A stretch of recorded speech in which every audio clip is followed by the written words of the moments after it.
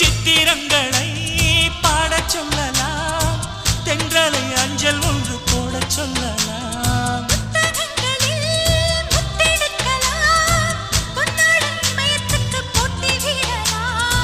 பூமிக்கு பொட்டு வைத்து பார்க்கலாம் பார்க்கலாம், பூவுக்கும் ஆடை தைத்து போடலாமா?